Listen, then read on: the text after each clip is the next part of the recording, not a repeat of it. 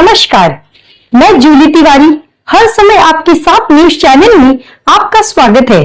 तो चलिए नजर डालते हैं आज के कुछ मुख्य समाचारों पर।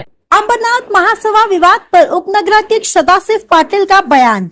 खबर को तोड़ मरोड़ कर पेश किया गया, सच्चाई कुछ और है।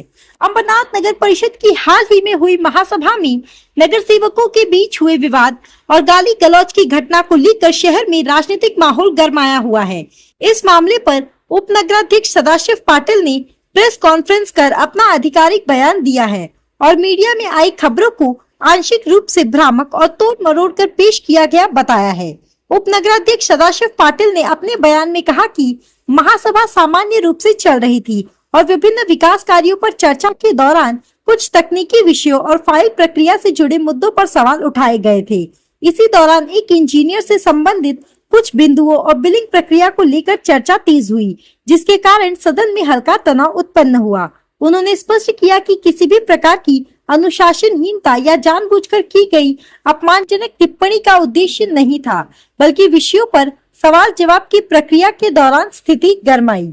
उन्होंने यह भी कहा कि 2015 के बाद लंबे अंतराल के बाद कई विकास कार्यों की समीक्षा की जा रही है और इसी प्रक्रिया में विभिन्न वार्डों के कार्यों और भुगतान संबंधी मुद्दों पर सवाल उठना स्वाभाविक है। उपनगराध्यक्ष ने कहा कि सदन में हुई चर्चा को गलत तरीके से प्रस्तुत कर राजनीतिक रंग देने का प्रयास किया जा रहा है, जबकि वास्तविकता यह है कि सभी नगर सेवक शहर के विकास के लिए ही चर्चा कर रहे थे। अपने बयान में सदाशिव पाटिल ने मीडिया से अपील करते हुए कहा कि किसी भी घटना को प्रकाशित करने से पहले तथ्यों की सही जांच की जाए, ताकि जनप्रतिनिधियों की छवि को अनावश्यक रूप से नुकसान न पहुंचे। उन्होंने प्रेस कॉन्फ्रेंस में कहा कि महासभा में पारित अधिकांश विषय विकास से जुड़े थे और केवल कुछ तकनीकी मुद्दों पर मतभेद सामने आए, जिन्हें लोकतांत्रिक प्रक्रिया के तहत सुलझाया गया। इस पूरे घटनाक्रम के बाद अंबरनाथ की राजनीति में चर्चाओं का दौर तेज हो गया है। हालांकि उपनगराध्यक्ष के बयान के बाद प्रशासनिक स्तर पर स्थिति को शांत बताया जा रहा है। 3 जुलैला अंबरनाथ नगरपालिकेच्या सभागृहात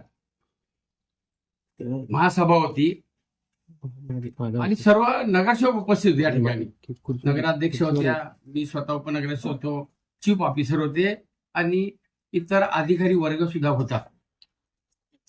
ती सभा सकाळी जी 11 वाजता चालू झाली ती रात्री जवळपास 10-11च्या दरम्यान बंद झाली।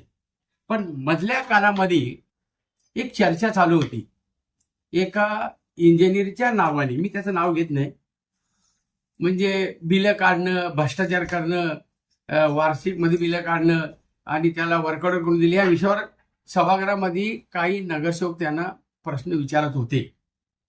त्यावेळेला मी हे शब्द वापरले की बाबा 10 वर्षानंतर इलेक्शन झालेले, 2015 नंतर इलेक्शन 2025 डिसेंबरला झालं। आता प्रत्येक वार्डामध्ये लोकप्रतिनिधी आहे, तर आता हे आपण इंजिनियरला जे आरोप प्रत्यारोप करतो, हा भ्रष्टाचाराचा कमी व्हायला पाहिजे। हा फक्त माझ्याकडनं अनावधानाने शब्द निघून गेलेला आहे आणि त्या शब्दांचा काटकसर करून त्याचा विपर्यास करण्यात दाखवण्यात आला, हे चुकीचं आहे। मग तुम्ही जर बातमी दाखवता ती पूर्ण दाखवायला पाहिजे होती। माझं नाही बातमी दाखवायला, समजलं का? आणि ज्यांनी पण बातमी दाखवली ती असे का त्यांच्यावर 2022 का या कालामध्ये TV9 ने त्यांना बडतर्फ करण्यात आलेले। एक वाढदिवसाचे औचित्य साधून आम्ही त्या ठिकाणी एक चेक दिला होता RTGSचा 55,000 रुपयाचा, आणि 22 का 25 स्लॉटचे ते पैसे होते, पण ते दाखवण्यात आली 7 स्लॉटचा। आम्ही चौकशी TV9ला गेली तिकडं, बाबा ही भानगड काय, आम्ही जेव्हा एवढे 22-25 स्लॉटचे पैसे दिले तुम्ही सांगता 7च पैसे आले स्लॉटचे। मग त्यांनी सांगितलं TV9 वाल्याने की बाबा तुम्ही कोणाला पैसे दिल्यात त्याचा आम्हाला काहीतरी पुरावा पाठवा। तर माझ्याकडं तो एक चेक होता RTGSचा, तो पुरावा मी तिकडे पाठवला। तोपर्यंत ज्यांनी हे केलं होतं त्यांनी मला बाकीची रक्कम सुद्धा ना, त्याला समजलं कारवाई होतं म्हणून लगेच त्यांनी बाकीची रक्कम मला 27,500 रुपये परत पाठवले, पण वेळ निघून गेली होती। तोपर्यंत त्याला तिकडनं TV9 वाल्याने कारवाई करून त्याला काढण्यात आलं। तो एक राग ठेवलेला माझ्यावर। आणि दुसरा एक पत्रकार मित्र आपला, तो त्या 2025ला माझ्यासमोर प्रतिस्पर्धी म्हणून उभा होता इलेक्शनला, आपला पत्रकार। त्याचा पराभव झालेला 3ऱ्या क्रमांकामध्ये तो फेकला गेला. तो एक त्यांच्या मनामध्ये दुःख असेल कदाचित, पण असं माझ्या मते नको करायला पाहिजे. मग आपण पत्रकारात तो सर्वांना न्याय सारखा दिला पाहिजे, मी मानतो.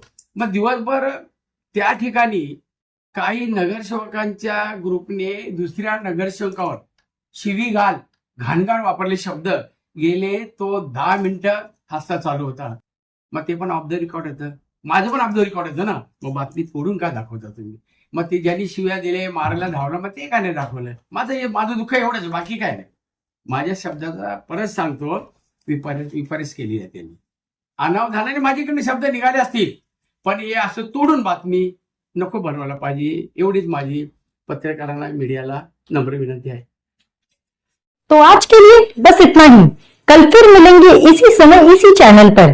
तब तक के लिए मुझे दीजिए इजाजत. धन्यवाद.